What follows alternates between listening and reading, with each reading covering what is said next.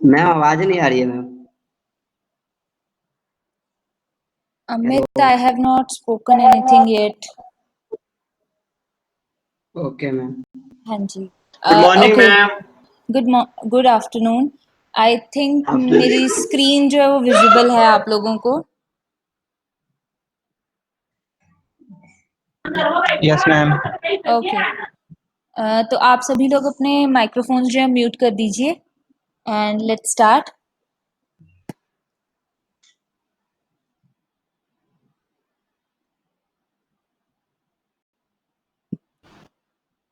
Okay, so today's topic is ERP and it's related technologies. जो चीज़ हम लोग पहले डिस्कस कर चुके हैं, हम लोगों ने देखा था कि एक एंटरप्राइज होता क्या है, और उसके बाद एंटरप्राइज को ERP की एक प्लानिंग की, एक मैनेजमेंट की ज़रूरत क्यों पड़ी।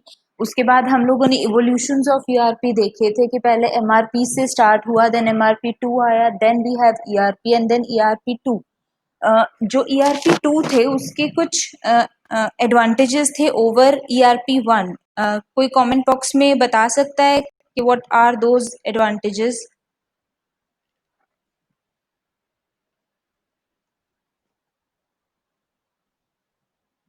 एनीवन?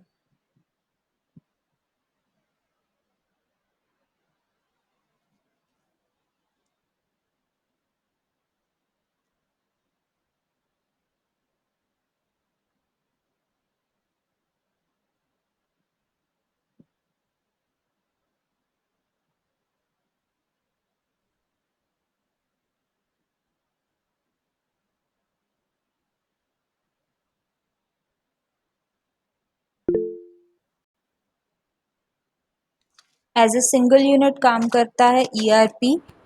ये ERP1 का एडवांटेज हो गया। रूही,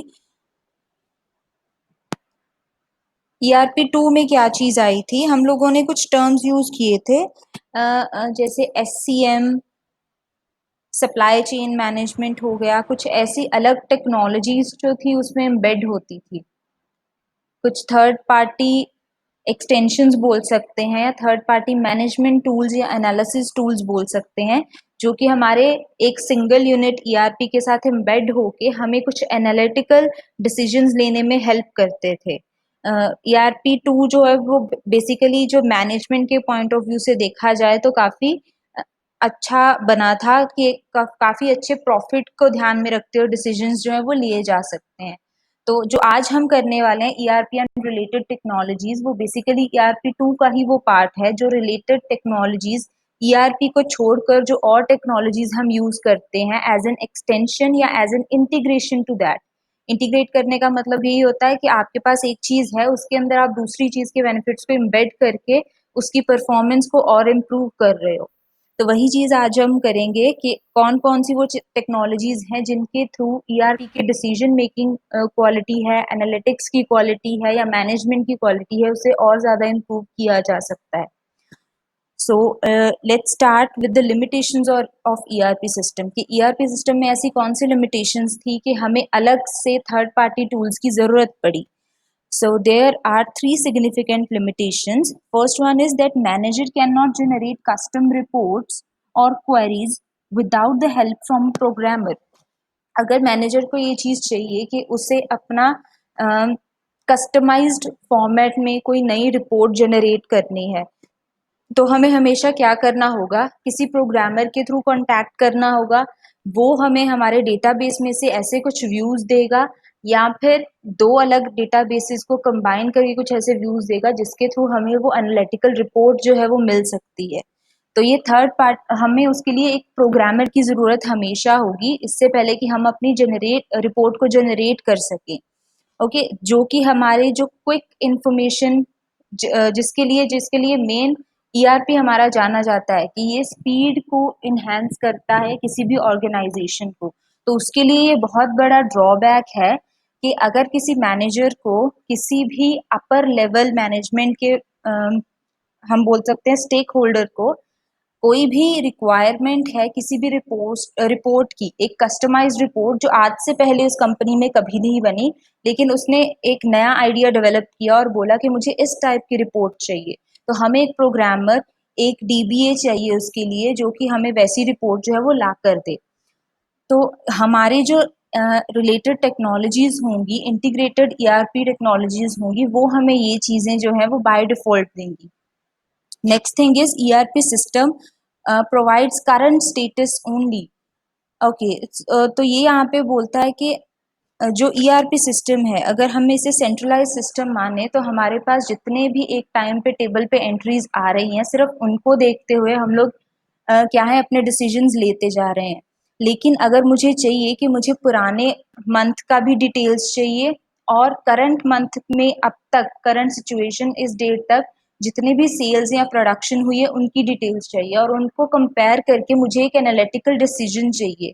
तो उसके लिए भी हमें क्या है एक अलग से टूल यूज करना पड़ेगा या एक थर्ड पार्टी की रिक्वायरमेंट होगी। सिर्फ ईआरपी हमें ये चीज नहीं दे सकता।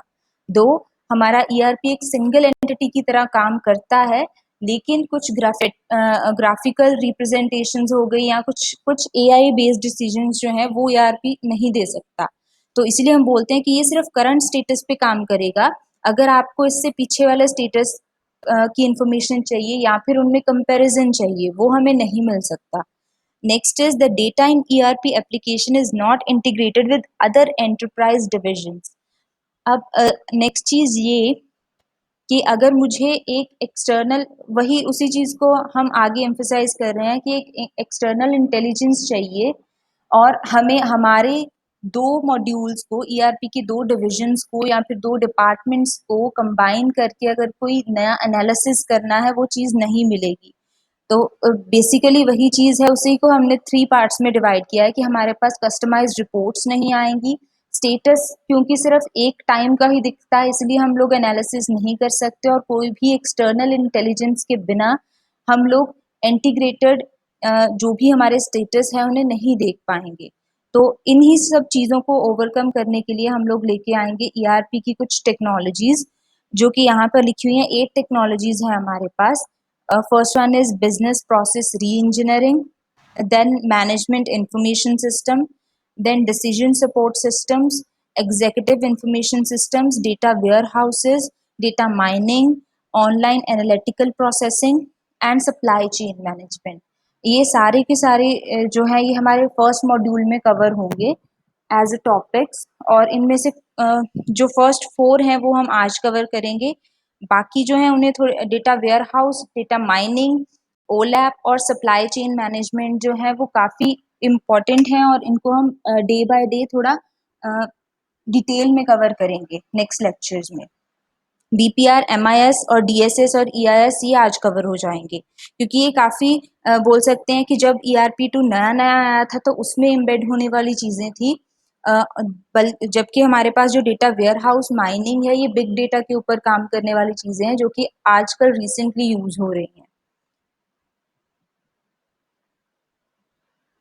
Okay, so firstly we will start with management information system. तो अगर हम स्टार्ट करें बेसिक ERP सिस्टम से,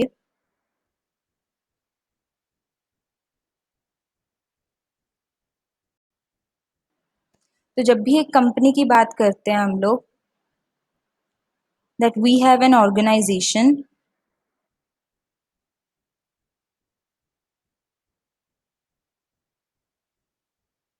ऑर्गेनाइजेशन के में हमारे पास बेसिकली 3 लेवल ऑफ मैनेजमेंट आ जाता है।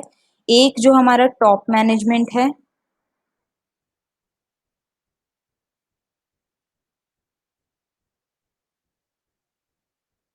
देन मिडिल मैनेजमेंट, और फिर उसके बाद हमारा एक ऑपरेशनल यूनिट आ जाता है। आप किसी भी एंटरप्राइज के बारे में सोच सकते हो, एक लो लेवल वर्कर्स जो कि एक एक डिपार्टमेंट के ऊपर काम कर रहे हैं, उन्हें हम ऑपरेशनल यूनिट्स बोलेंगे। उसके बाद हर एक तरह की यूनिट को मैनेज करने वाला एक मैनेजर या ग्रुप ऑफ मैनेजर्स होंगे, जो कि हमारे मिडल मैनेजमेंट है। और फर्दर सारे डिपार्टमेंट्स को मैनेज करने वाली एक टॉप मैनेजमेंट एक हर ऑर्गेनाइजेशन के अंदर होगी।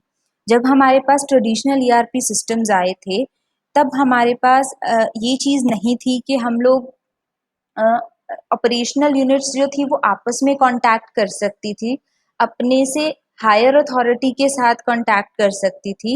लेकिन अगर उन्हें इस चीज़ को बायपास करना और टॉप मैनेजमेंट से बात करनी है, तो there has to be an interface, जिसे हम हायरार्की बोलते हैं। तो इस टर्म्स में हमें क्या है, आपस में इंटरकनेक्ट होना पड़ता था।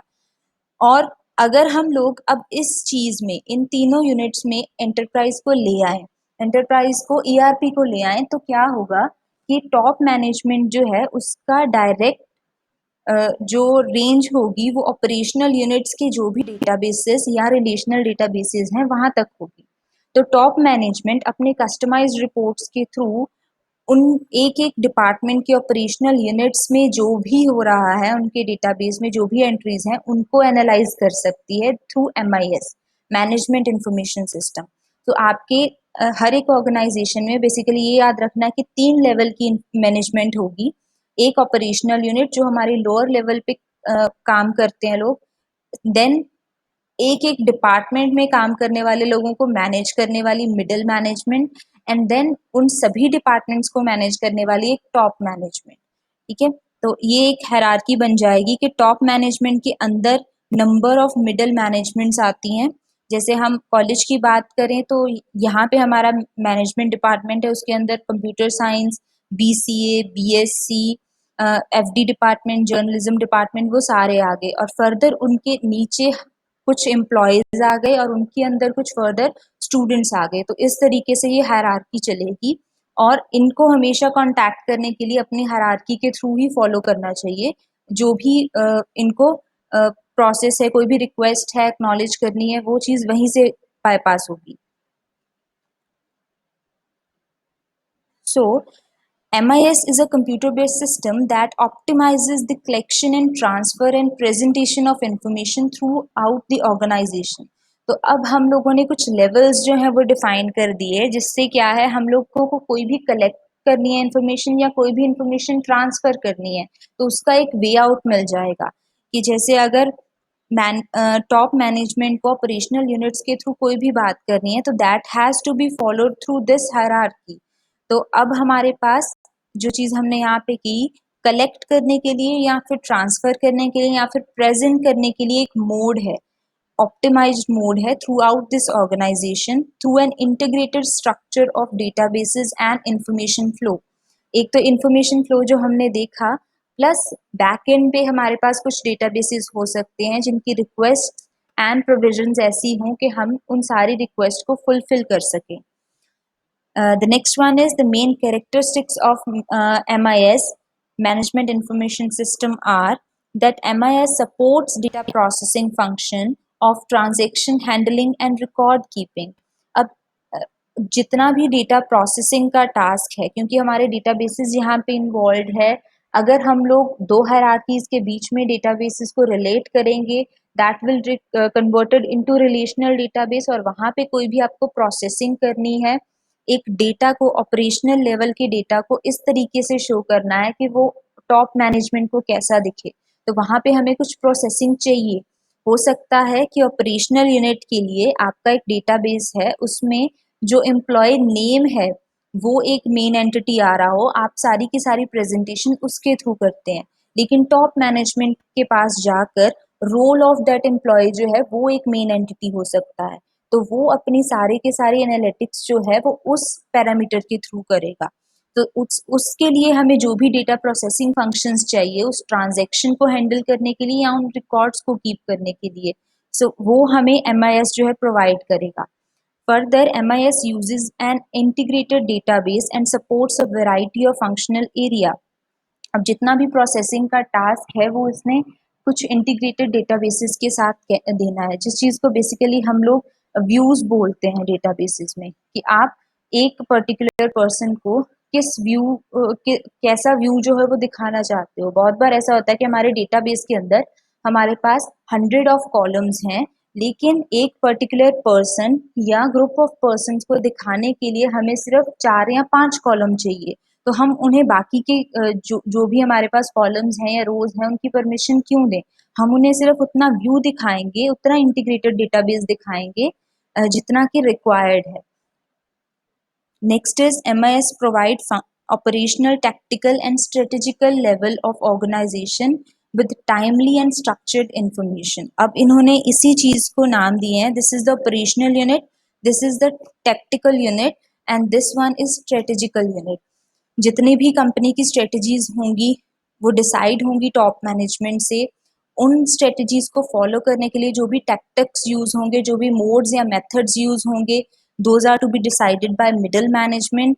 और फिर उन चीज़ों को जब हम एक्चुअल ऑपरेशन में लेकर आते हैं, जो भी इम्प्लीमेंटेशन करनी है, that is to be done by operational unit. ठीक है, हाँ जी, यहाँ तक क्लियर है सभी को? किसी को कोई भी प्रॉब्लम, कोई डाउट हो?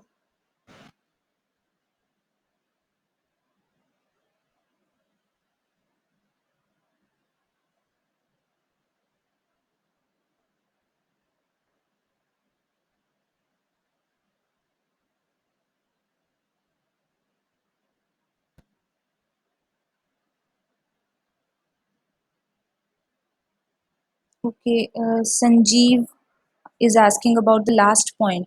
The last point that we have discussed is to use an integrated database and support a variety of functional areas. अब हमें क्या है, कुछ number of okay,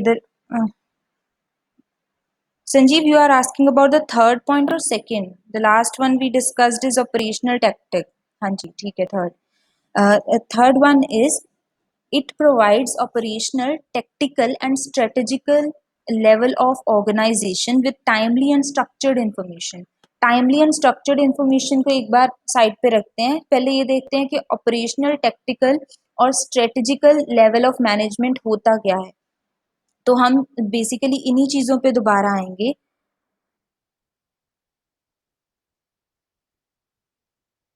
जितनी भी आपकी स्ट्रेटजीज हैं that will be related to top management. Middle management is concerned with the tactics and operations. अब हम अगर किसी एमएनसी की बात करें जो कि एक सॉफ्टवेयर डेवलपमेंट कंपनी है, ठीक है तो वो भी एक एंटरप्राइज।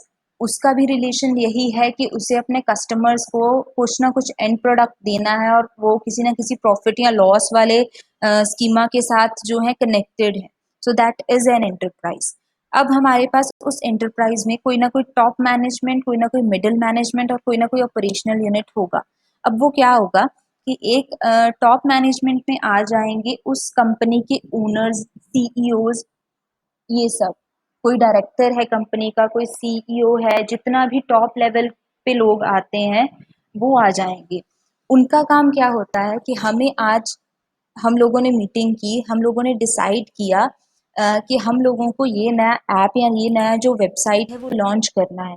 ठीक है, इस चीज़ को करने की हमारी स्ट्रेटजीज ये होंगी। स्ट्रेटजीज से उनका मतलब है कि हमारी फोकस्ड जो है पॉपुलेशन वो कौन सी होगी। जो हम ऐप बनाने वाले हैं, is this concern with which age group, किस एज ग्रुप के साथ कंसर्न है। अगर हमें ये चीज़ पता होगा तो हमें आगे हमारी स्ट्रेटजी ये रहेगी कि जब भी हमें इसे सोशल मीडिया पे जाकर या कहीं पे भी प्रमोट करना है तो हम कोशिश करेंगे कि हम सिर्फ इसी एज ग्रुप को फोकस करें और इन्हीं को वो सारी एड्स जो है, एडवर्टीजमेंट्स जो है वो दिखाएं, ना कि किसी और एज ग्रुप को, क्योंकि हमारी फोकस पॉपुलेशन जो है उस प्रोडक्ट के लिए वो सिर्फ वही है। फर्दर स्ट्रेटजीज में आ सकता है कि आपकी हमने फोकस्ड पॉपुलेशन देख ली, इसके बिना मेरी वो ऐप जो है वो कौन कौन सी फंक्शनैलिटीज मुझे दे रही है। फंक्शनैलिटीज में कुछ सिंपल प्रोसेसिंग्स हो सकती हैं कि आपने कोई चीज़ पोस्ट की, उसके ऊपर लाइक्स आए, कमेंट्स आए, दैट इज सिंपल डेटाबेस। लेकिन फिर उसके बाद जो सजेशंस आते हैं, सजेशंस आते हैं आप लोगों की लाइकिंग या डिसलाइकिंग के बेसिस पे, आपको उसी के रिलेटेड जो है कुछ ना कुछ सजेशंस आएंगे। तो उनके ऊपर स्ट्रेटजीज बनेंगी कि हम लोग किस तरह की आर्टिफिशियल इंटेलिजेंस को यूज करें ताकि हमारे पास ऑप्टिमल सर्चेज आए। आप हमारा कस्टमर जो भी चीज सर्च करे हमारे पास उसको नेक्स्ट फीड में दिखाने के लिए उसी के बेसिस पे एक ऑप्टिमल सर्च क्राइटेरिया आना चाहिए। कभी कभी हमारे पास सजेशंस आते हैं, suggestions are generally based on our cookies. जो भी हम लोग सर्च करते हैं, जहाँ जो भी हमारी सर्चिंग हैबिट्स होती हैं उनके बेसिस पे हमारे पास सर्चिंग सजेशंस जो हैं वो आते हैं। या फिर जो भी चीज़ ओवरऑल उस ऑर्गेनाइजेशन में जहाँ यहाँ हम बोल सकते हैं वर्ल्ड वाइड या इंडिया वाइज जो है जो भी चीज़ ट्रेंडिंग होती है वो हमारी सर्च में आ जाती है। तो ये बेसिकली स्ट्रेटजीज होगी। उसके बिना आजकल जो नई चीज आ रही है वो है चैटबॉट्स, हमने देखे हैं। तो that is also strategy opted by that enterprise कि अगर मुझे मेरे कस्टमर्स के साथ बात करनी है, रिलेट करना है, उनसे कोई फीडबैक लेना है, तो chatbots are one of the things. वो चैटबॉट्स जो है वो उस पर्टिकुलर कस्टमर या पर्सन के अकॉर्डिंग अपने जो सवाल या जवाब हैं उनको एम्बेड करते हैं। क्योंकि वो सब जो है एआई पे बेस्ड होता है। तो ये सारी चीज़ें जो है वो टॉप मैनेजमेंट डिसाइड करेगी कि मुझे इन इन मॉड्यूल्स पे मेनली काम करना है और यहाँ पे मुझे आर्टिफिशियल इंटेलिजेंस यूज़ करनी है, यहाँ पे इस एज ग्रुप पे जाना है, बस इतनी चीज़ उसने डिसाइड कर ली। उसके बाद आपका आ जाता है सॉफ्टवेयर प्रोजेक्ट मैनेजर। हम एक एमएनसी की बात कर रहे हैं, वहाँ पे उनके सीईओज वगैरह ने ये चीज़ डिसाइड कर ली है। उसके बाद मिडल मैनेजमेंट में आ जाती है, जिस भी टीम को वो प्रोजेक्ट मिला है उस टीम का प्रोजेक्ट मैनेजर जो है वो देखेगा कि मेरी टीम में आगे मेरे पास कौन कौन से लोग हैं, उनकी स्पेशलिटी क्या है, ताकि मैं उस बेसिस पे देख सकूं कि मुझे अब कौन सी लैंग्वेज या फिर कौन सा टूल जो है वो फॉलो करना है। अगर मुझे कोई एक्सेप्शनल टूल चाहिए जो कि मेरी टीम मेंबर्स को नहीं आता, तो अब मुझे इस चीज़ की भी रिक्वेस्ट टॉप मैनेजमेंट को करनी पड़ेगी कि we have to provide them training.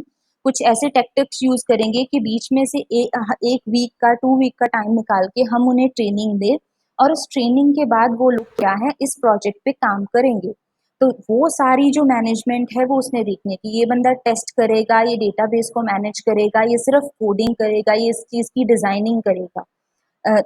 This is concern with the middle management. उसके बाद आ जाती है ऑपरेशनल यूनिट। ऑपरेशनल यूनिट वो आगे सब डिविजन्स हैं जिनको मिडल मैनेजमेंट मैनेज कर रहा है। तो मिडल मैनेजमेंट ने मैनेज किया कि सॉफ्टवेयर टेस्टर कौन होगा। तो अब एक ऑपरेशनल यूनिट मेरे पास आ गई, टेस्टर। टेस्टर का काम है कि जो भी उसे गिवन लैंग्वेज, गिवन टूल दिया गया है और गिवन स्ट्रेटेजीज या टेक्टिक्स दिए गए हैं टॉप मैनेजमेंट या मिडल मैनेजमेंट के थ्रू, उन चीज़ों को ध्यान में रखते हुए उसे वो चीज़ जो है नई डेवलप करनी है या ऐसे टेस्ट केसेस बनाने हैं। तो अब लोअर लेवल पे आके सारा काम जो है वो डिवाइड हो गया इनटू चंक्स। अब वो सारे लोग अपना काम अपने अपने चंक्स में करेंगे, then that will be combined, integrated और मिडल मैनेजमेंट को दिखाया जाएगा and then further to the top management. फिर वो चीज़ जो है अल्फा बीटा टेस्टिंग के बाद कस्टमर्स को कुछ ना कुछ वर्जन्स में कुछ लिमिटेड कस्टमर्स को दी जाती है ताकि उसकी और टेस्टिंग हो सके। तो अब इन सारी चीज़ों को जब हमें मैनेज करना है तो उस चीज़ को एमआईएस जो है वो मैनेज करवा सकता है ताकि हम लोग देख सकें कि जो भी एक पर्टिकुलर सॉफ्टवेयर बनाने वाले हमारी यूनिट्स हैं वो किस तरीके से काम कर रहे हैं। जैसे हमारा टेस्टर जो है वो एक दिन में इतने घंटे काम करता है और इतनी प्रोडक्टिविटी देता है, तो उसको और कितने घंटे काम करवाने की ज़रूरत है ताकि उस चीज़ से हम लोग ये अंदाज़ा लगा सकते हैं कि ये सारा का सारा प्रोजेक्ट कितने टाइम पीरियड में ख़त्म होना चाहिए। तो उससे हम क्या है फ्यूचर के रिलेटेड कुछ एनालिसिस जो है वो कर सकते हैं। ओके, आई थिंक संजीव अब क्लियर है।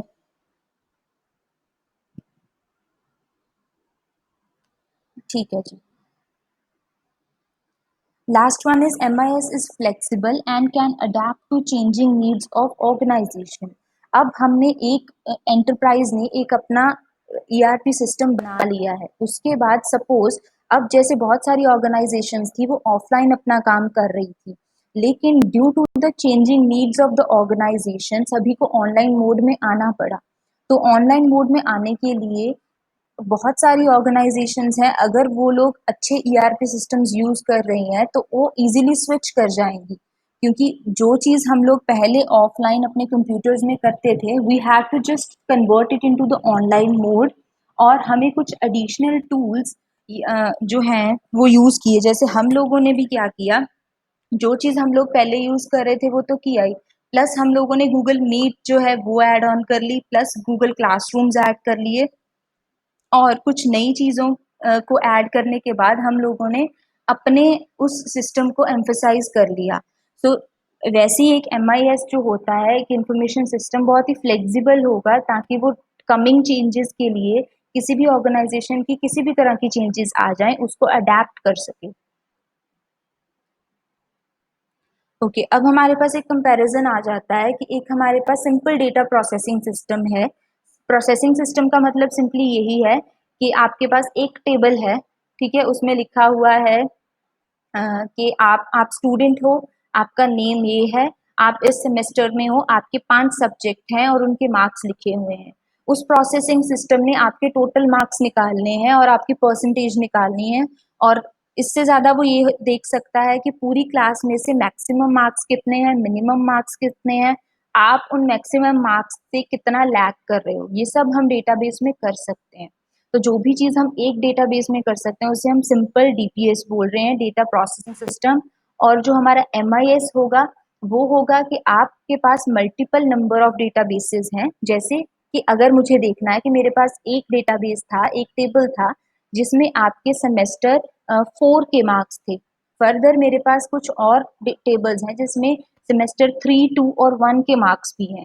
तो अगर मुझे वहाँ पे कुछ कंपैरेटिव एनालिसिस करना है, तो मेरी कीज होंगी आपके रोल नंबर्स या फिर आपके नाम, और उन 2 कॉलम्स के बेसिस पे मैं बाकियों में कंपैरिजन कर सकती हूँ कि आपकी परफॉर्मेंस ओवरऑल इंक्रीज हुई है या डिक्रीज हुई है। ठीक है, वो काम जो है वो मेरा एमआईएस जो है वो करता है।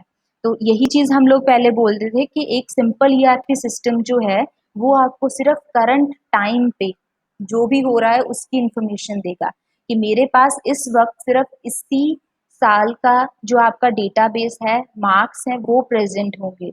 मेरे पास कुछ ऐसे टूल्स नहीं है कि मैं आपको इस साल के मार्क्स और प्रीवियस ईयर के मार्क्स जो है वो कंबाइन करके आपका एनालिसिस रिपोर्ट जो है वो दिखा सकूं।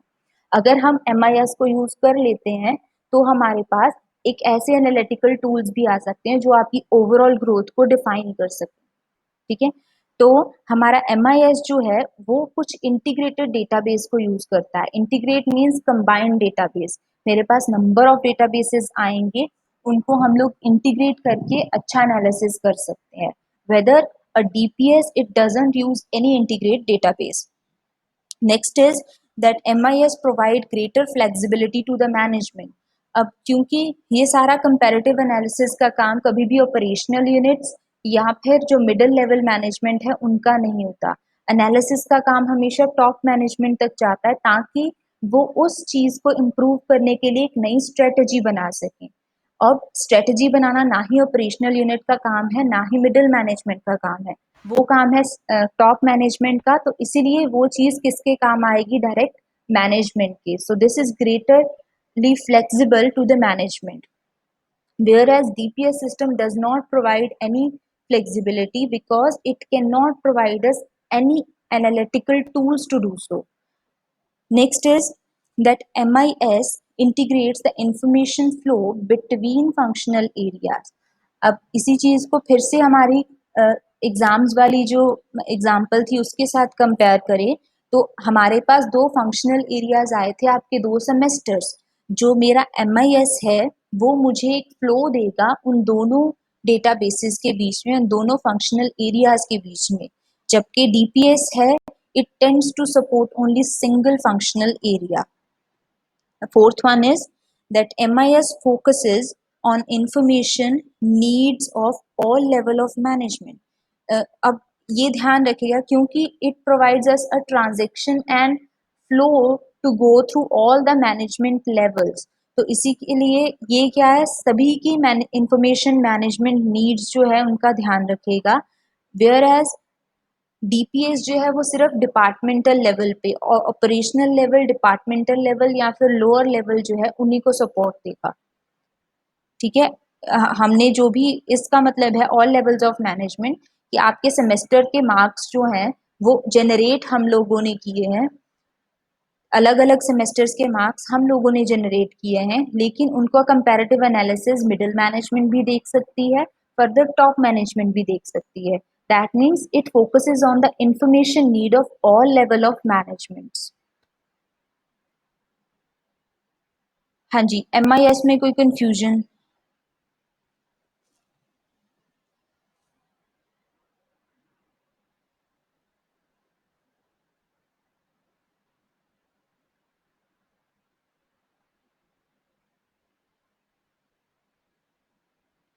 वॉइस क्लियर है सभी को, बाकियों को?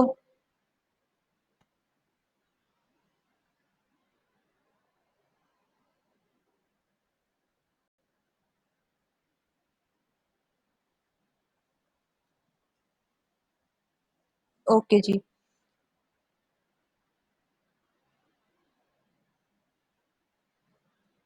अजीत, अपना नेटवर्क कनेक्शन देख लो एक बार।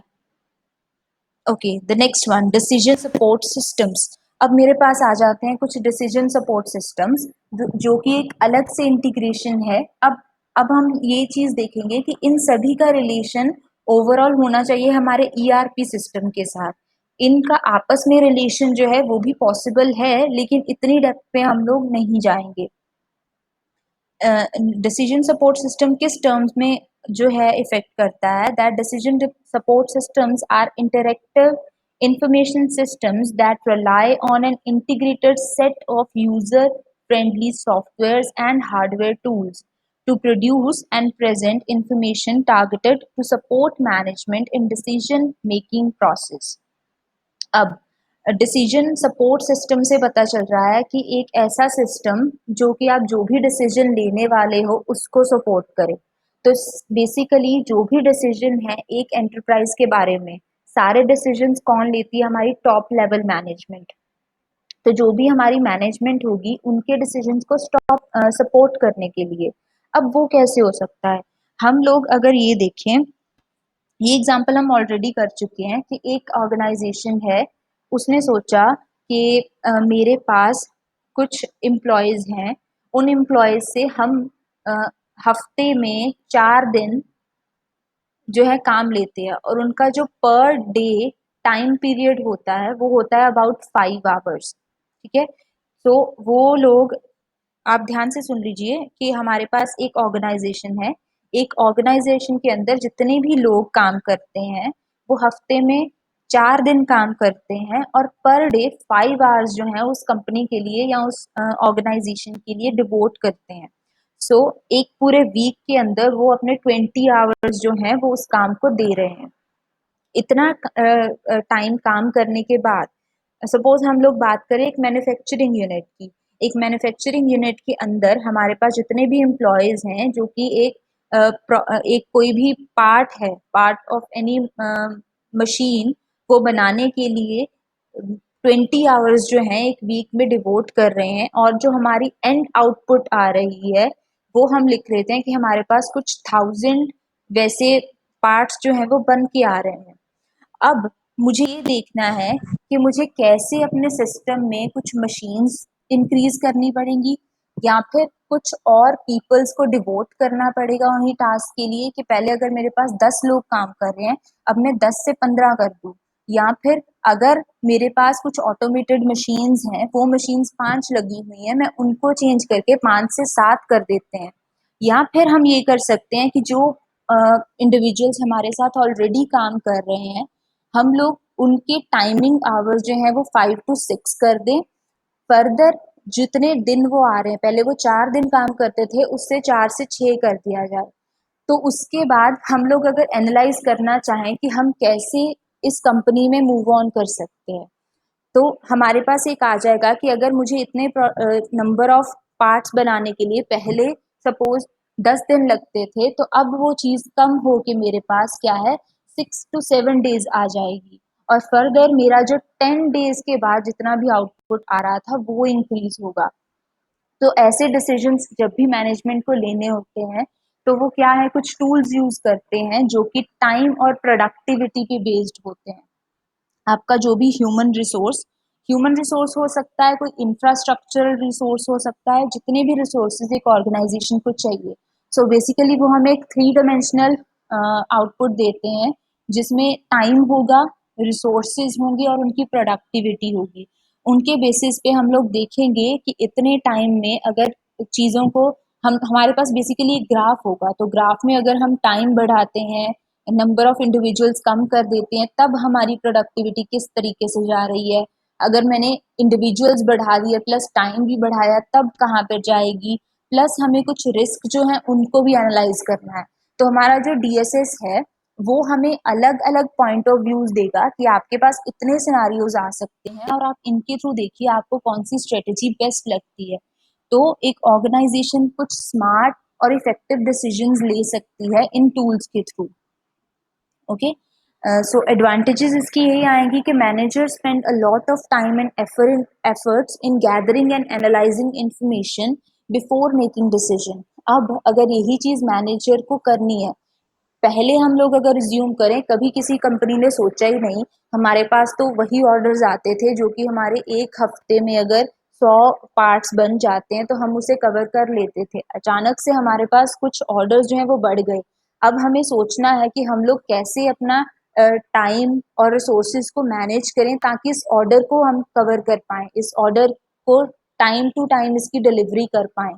तो इस टाइम के लिए मैनेजर को अब क्या चाहिए, क्योंकि ये चीज़ पहले कभी हुई नहीं है, तो उसे सारी की सारी इंफॉर्मेशन अपने एम्प्लॉयज से, अपने रिसोर्सेज से, अपनी मैनेजमेंट से लेनी पड़ेगी और उनका टेबल बनाना पड़ेगा। उन चीज़ों को एनालाइज करके अलग अलग स्ट्रेटजी सोचनी पड़ेंगी जिनके थ्रू इस प्रॉब्लम्स को क्या है हम सॉल्व कर सकें। वही अगर मेरे पास एक अच्छा ईआरपी सिस्टम है तो मेरे पास ये इंफॉर्मेशन ऑलरेडी वहाँ पे है, लेकिन मैंने एक डिसीजन सपोर्ट सिस्टम उसके साथ लगा दिया, उसको बता दिया कि इसमें ये वाले टेबल्स हैं, इनको आप इंटीग्रेट करके इस तरीके से काम करोगे। तो वो टूल जो है वो आपको नंबर ऑफ फ्लो चार्ट्स दे देगा, नंबर ऑफ डिसीजंस दे देगा, जिनमें से आपको जो बेस्ट लगेगा वो आप ऑप्ट कर सकते हो। So the decision system was created to assist managers in a particular task. Next one is a DSS can help close this gap and allow managers to improve the quality of their decisions. अब ये भी हो सकता है किसी manager ने बहुत time लगाकर एक डिसीजन लिया कि मुझे लगता है कि अगर ये स्ट्रेटजी फॉलो करेंगे तो हमारे पास ऐसा कोई आउटपुट आएगा, लेकिन उसने ये भी चीज़ है कि उसने एक रिस्क फैक्टर जो है उसे कंसिडर नहीं किया था और आफ्टर इम्प्लीमेंटेशन उन्हें पता चला कि this has resulting in certain loss, इससे हमें कुछ लॉस जो है वो मालूमात हो रहा है। तो अब हमें ये होगा कि अगर हमारे पास डिसीजन सपोर्ट सिस्टम्स हैं और उसे वैसे उसमें सारे पैरामीटर्स जो हैं वो डिफाइंड है, वहाँ पे हमारे पास गलती होने के चांसेस कम हैं। फर्दर हमारे जो भी दोनों, एक मैनेजर ने और एक सिस्टम ने जो भी कैलकुलेशंस की हैं उन्हें क्रॉस वेरीफाई किया जा सकता है और जो भी एक गैप आता है, whether it is a time gap या फिर एक एक्सपीरियंस का गैप आता है, उसे हम लोग कवर कर सकते हैं through a DSS.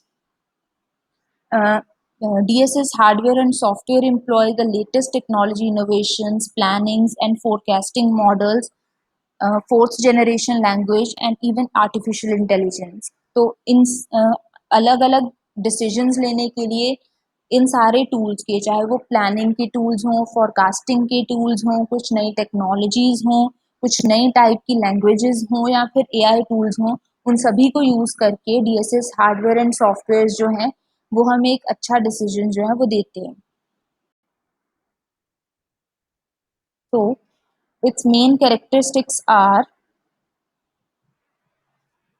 a DSS is designed to address semi-structured and unstructured problems. अब कोई हमारे पास ऐसी प्रॉब्लम आई या कुछ ऐसा डेटा था हमारे पास जो कि एक स्ट्रक्चर्ड फॉर्म में नहीं था, जैसे हम लोग बात करते हैं आजकल, हम एग्जांपल ले सकते हैं जब हम बिग डेटा हैंडल करते हैं। बिग डेटा में हम लोग ये मान कर चलते हैं कि कभी भी नहीं होगा, जब जब भी आपके पास पहले आपके पास डेटा की बात आती थी या इन्फॉर्मेशन की बात आती थी, हम हमेशा सोचते थे कि अगर इस चीज़ को प्रोसेस करना है तो मतलब ये टेबल की फॉर्म में होगा डेफिनेटली। उस टेबल पे कुछ ना कुछ क्वेरीज लगा के प्रोसेसिंग करके हम इस प्रॉब्लम को सॉल्व कर लेंगे। जितने भी प्रोजेक्ट्स आपने बनाए होंगे सभी ऐसे ही होते होंगे जिनका मेन काम जो है वो डेटाबेस से रिलेटेड होगा। डेटाबेस के थ्रू आप कैसे उस क्वेरी को कॉल करते हो, रिट्रीव करते हो, वो आपकी आउटपुट को क्या है सिंपली डिजाइन कर देता है। लेकिन अब हमारे पास जो बिग डेटा में प्रॉब्लम्स आ रही हैं कि हो सकता है कि हमारे पास इस पूरे वर्ल्ड में इंडिया में बात करें, अगर इंडिया में हमारे पास अलग अलग फॉर्म में अलग अलग डेटा प्रेजेंट है, क्योंकि पहले किसी ने नहीं सोचा था कि सब कुछ ऑटोमेट हो जाएगा। तो किसी ने अपने बुक्स में वो डेटा लिखा हुआ है, किसी ने अपने पीसी पे एक वर्ड फाइल में लिखा है, किसी के पास कोई पीडीएफ अवेलेबल है, किसी के पास प्रेजेंटेशन है, किसी के पास किसी बुक का एक स्क्रीनशॉट है। सभी के फॉर्मेट्स अलग हैं। तो इन सारे डेटा को जिनके अलग अलग फॉर्मेट्स होंगे, इन सारी प्रॉब्लम्स को हम लोग बोलते हैं अनस्ट्रक्चर्ड वन, जिनका कि एक डिफाइंड स्ट्रक्चर्ड नहीं है, या फिर सेमी स्ट्रक्चर्ड हो सकते हैं। इसका मतलब है कि आपके पास कुछ डेटा अच्छे फॉर्म में है और कुछ डेटा जो है वो अनस्ट्रक्चर्ड फॉर्म में है, that is the semi structured one. तो इन सारे तरीके के डेटास को आप एक ही सिस्टम में लेकर आओगे और वो इस प्रॉब्लम को सॉल्व करेगा, that is a decision support system. Then the decision support system mainly support decision making at the top management level, already discussed. This is interactive, user friendly, and can be used by decision makers with little or no assistance from the computer professionals. तो अगर आपको चाहिए कि आपको कोई decision बनाना है, कोई integration possible करना है अपने डेटाबेसेस में, तो जैसे हमने एमआईएस के टाइम पे पढ़ा था कि हमें किसी ना किसी एक कंप्यूटर प्रोफेशनल की ज़रूरत है, किसी प्रोग्रामर की ज़रूरत है, या फिर डीबीए की ज़रूरत है जो कि इन चीज़ों को एम्बेड करके हमें एक सॉल्यूशन दे सके। लेकिन जो हमारे डीएसएस या एमआईएस हैं वो काफ़ी इंटरेक्टिव और यूज़र फ्रेंडली हैं इस मैनर में कि वो हमें किसी भी असिस्टेंस के बिना ये सारे डिसीजंस जो हैं वो एफिशिएंटली दे सकते हैं। Next one is that a DSS makes general purpose models, simulation capabilities, and other analytical tool available to the decision maker. जितने भी आपको अगर दिखाना है, जनरली क्या होता है कि अगर किसी ऑर्गेनाइजेशन ने कोई प्रोडक्ट बनाने के बारे में सोचा, तो जब भी वो स्ट्रेटजी को डिफाइन करेंगे, तो एक चीज़ है कि आपके जो ऑपरेशनल यूनिट्स होंगे, ऑपरेशनल यूनिट्स मतलब जिनको उस कंपनी में यूज़ होने वाली टेक्नोलॉजी के बारे में डेप्थ में पता है। अगर मैं ट्रांसफ़र कर दूँ इस चीज़ को एक सॉफ्टवेयर कंपनी पे, तो वहाँ के ऑपरेशनल यूनिट होंगे प्रोग्रामर्स। प्रोग्रामर्स को लैंग्वेज के बारे में पता है। तो अगर आप उनको वेरिएबल्स की फॉर्म में, डेटा स्ट्रक्चर्स की फॉर्म में, डिक्शनरी की फॉर्म में कोई चीज़ समझाओगे या डेटा फ्रेम्स की फॉर्म में समझाओगे तो वो समझ जाएँगे। लेकिन वही आप जब टॉप मैनेजमेंट तक जाते रहते हो, तो उनके लिए उन्हें नहीं पता कि ये डेटा स्ट्रक्चर्स क्या होते हैं, हमारा डेटाबेस क्या है, वहाँ पे रोज़ एंड कॉलम्स पे जो हम जॉइन्स लगाते हैं, कुछ ग्रांट रिवोक परमिशंस देते हैं, वो क्या चीज़ें हैं। तो तब हमें कुछ सिमुलेशंस चाहिए जो कि उसी चीज़ को सिमुलेट करके कुछ ईज़ी लैंग्वेज में उन्हें समझा सके, या फिर कुछ ऐसे एनालिटिकल टूल्स चाहिए जो कि उस चीज़ का एक एब्स्ट्रैक्ट दिखा सकें। हमें ज़रूरी नहीं है कि उनको लैंग्वेज की टर्म में समझाना है, हम उन्हें एक एब्स्ट्रैक्ट प्रीव्यू देकर वो सब जो है समझा सकते हैं कुछ मॉडल्स के थ्रू। सो ऐसी चीज़ें जो हैं, कुछ एनालिटिकल टूल्स या सिमुलेटर्स हमारा डीएसएस हमें देता है ताकि उसे मैनेजमेंट के लेवल पे ईज़िली समझाया जा सके कि करना क्या चीज़ है।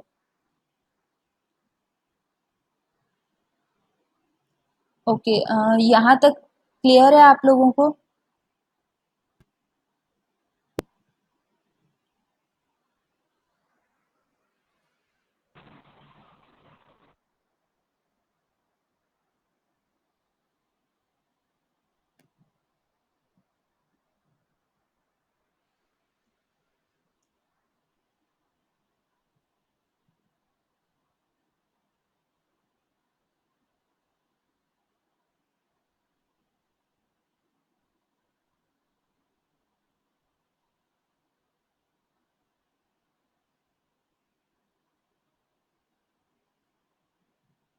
Okay ji.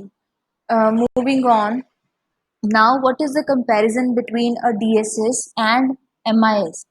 So, as its name says, that it focuses on decision making, whereas MIS emphasizes only on planning reports on variety of subjects. MIS आपको कोई भी डिसीजन का या फिर कोई भी स्ट्रेटजी नहीं बताएगा, वो सिर्फ आपको जो भी आपकी प्लानिंग रिपोर्ट्स हैं, रिक्वायर्ड एनालिसिस है, वो बता सकता है. Next is that for DSS it could be quite unstructured and is available on request, whereas MIS is standard, scheduled, structured and routine.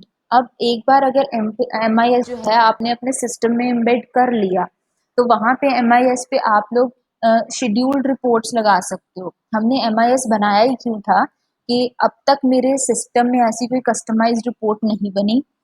अब मैनेजमेंट ने बोला कि मुझे इस तरह की रिपोर्ट चाहिए. जैसे ही उसने वो नई रिपोर्ट जनरेट की, तो it can ask the management कि आप ये रिपोर्ट जो है वो हर बार वीकली बेसिस पे चाहते हो, डेली बेसिस पे चाहते हो या मंथली बेसिस पे चाहते हो, कि एक दिन के बाद आपके पास जितनी भी इम्प्रूवमेंट हो रही है आप मुझे उसकी फिर से एक रिपोर्ट बना के दिखाओ. एक वीक के बाद जितनी भी इम्प्रूवमेंट हो गई, सिमिलर पैरामीटर्स पे आप फिर से उसकी एक रिपोर्ट बनाइए. और या फिर मंथली बेसिस पे भी हो सकता है, क्वार्टरली भी हो सकता है.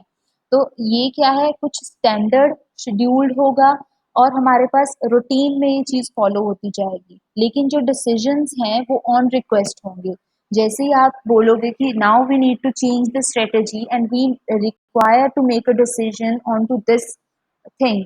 जैसे अभी लॉकडाउन का टाइम आया तो सभी को एक नया डिसीजन लेना था कि हम लोग अपने सारे के सारे सिस्टम को ऑनलाइन लेके जाएं या ना लेके जाएं. ठीक है, तो पहले उस चीज़ को हम लोग एक नए तरीके से एनालाइज कर सकते हैं, फिर उसके बेसिस पे डिसीजन ले सकते हैं.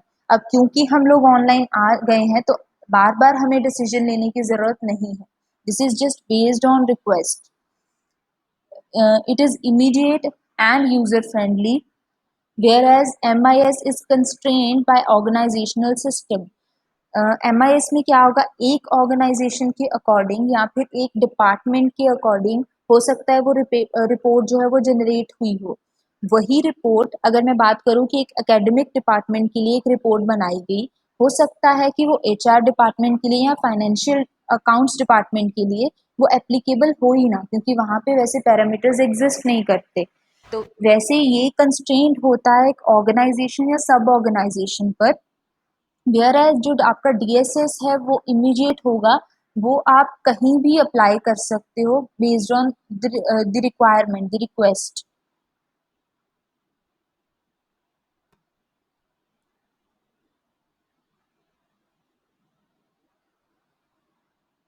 Is the last one is executive information system.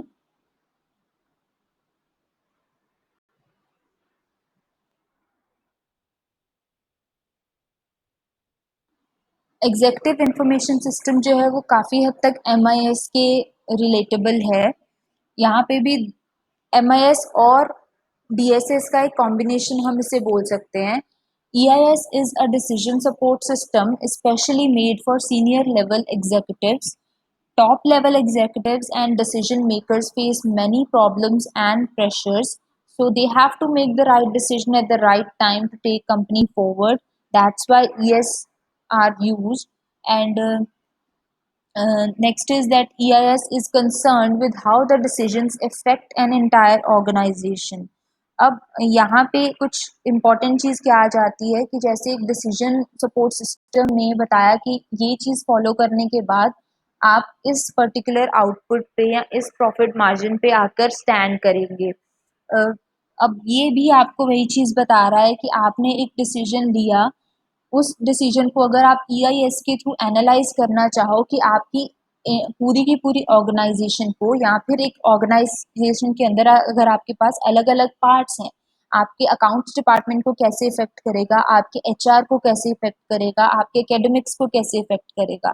तो एक पूरी की पूरी एक ऑर्गेनाइजेशन को या फिर ऑर्गेनाइजेशन के सब मॉड्यूल्स को वो आपका सिस्टम या आपका डिसीजन जो है वो कैसे इफेक्ट कर सकता है, उसका एक एनालिसिस देगा आपको। It generally takes into consideration किन बेसिस पे डिसीजन देता है। अब ये मेन हमें हमेशा ईआरपी जब भी बनाया जाता है that is generally made to focus on the goals and vision of that organisation, कि उस चीज को अचीव करने के लिए ही इसके अंदर सारे के सारे काम होंगे। तो जो भी ओवरऑल विजन या मिशन है उस कंपनी का या कंपनी के गोल्स हैं उनको कंसिडर करेंगे हम लोग। जो भी हमारी प्लानिंग स्ट्रेटजीज हैं या ऑब्जेक्टिव्स हैं उनको, जो भी हमारा ऑर्गेनाइजेशन का स्ट्रक्चर है, किस हायरार्की में ये ऑर्गेनाइजेशन स्टैंड करती है, उसे ध्यान में रखते हुए, कोई भी क्राइसिस मैनेजमेंट है उनको देखते हुए, या फिर जितना भी आपका कंट्रोल है कि कौन कौन से सब मॉड्यूल्स किस किस फर्दर सब ऑर्गेनाइजेशन मॉड्यूल्स को कंट्रोल कर रहे हैं, उनके अकॉर्डिंग ये आपको डिसीजन देगी। जैसे हमने बताया कि एक ईआरपी जो है, एक ईआईएस जो है, वो आपको ये बता सकती है कि आपके डिसीजन ने ओवरऑल ऑर्गेनाइजेशन को कैसे इफेक्ट किया, या फिर ये भी बता सकती है कि इस ऑर्गेनाइजेशन के एक एक मॉड्यूल को कैसे इफेक्ट किया। सो स्ट्रेटेजिकल कंट्रोल जो है वो एक एक मॉड्यूल के साथ ही कंसर्न्ड है और आपको बताएगी कि उसके साथ इसका क्या इम्पैक्ट पड़ेगा। A successful EIS is easy to use, flexible and customizable and it uses latest technological innovations। अब ये सारी चीज़ें जो है वो लेटेस्ट टेक्नोलॉजी पे बेस्ड क्यों होंगी, क्योंकि हम लोग इनको as an embedment as an integration use कर रहे हैं हमारी ईआरपी के साथ। तो कोई भी अगर नई चेंजेस होती है तो वो सिर्फ हमारे एमआईएस में, डीएसएस में या ईआईएस में होगी, वहाँ पे अपडेशन होगा और वो रिफ्लेक्ट करेगा हमारे ईआरपी में आके। तो इसलिए हमारा पूरा ईआरपी सिस्टम जो है हमें चेंज करने की कभी ज़रूरत नहीं है। हमारे जो एनालिटिकल टूल्स हैं, डिसीजन मेकिंग टूल्स हैं, वही ऐसे होंगे कि सिर्फ उनमें किया गया अमेंडमेंट या चेंज जो है वो पूरे के पूरे सिस्टम में रिफ्लेक्ट होगा। ठीक है, so that is it for today's lecture. 4 जो टेक्नोलॉजीज हैं वो हम डिस्कस कर चुके हैं। कल हम स्टार्ट करेंगे with data warehousing. Okay, so thank you.